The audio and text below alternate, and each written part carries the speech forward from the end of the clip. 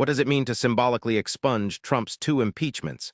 This rare political move sparks debate about history, justice, and rewriting records. Let's uncover what symbolic expungement really means and why it matters now.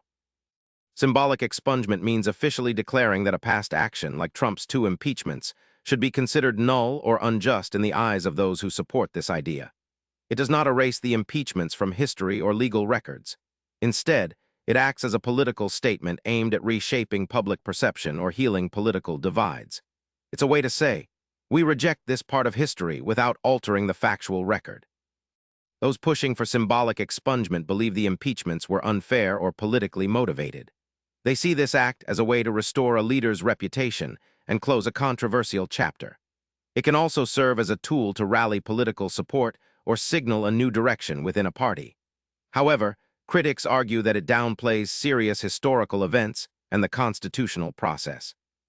While symbolic expungement cannot overturn or erase impeachments legally, it influences how history is discussed and understood in the public sphere.